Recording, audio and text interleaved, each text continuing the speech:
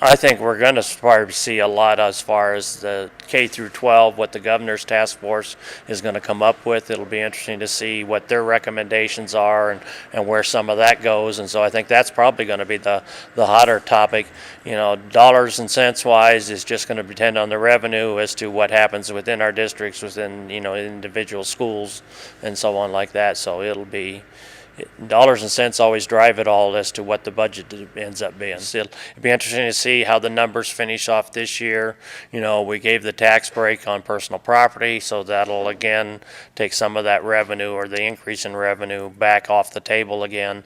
And so it'll be interesting to see, but I'm guessing it'll probably be similar to the budget that we had this year. We did increase, you know, quite a bit into the education this year, but it's going to depend on whether, you know, the governor's task force, if they come up with new ideas, new places where they would like to go, what those cost tags might be on, and whether that gets additional money or whether that comes out of the existing budget.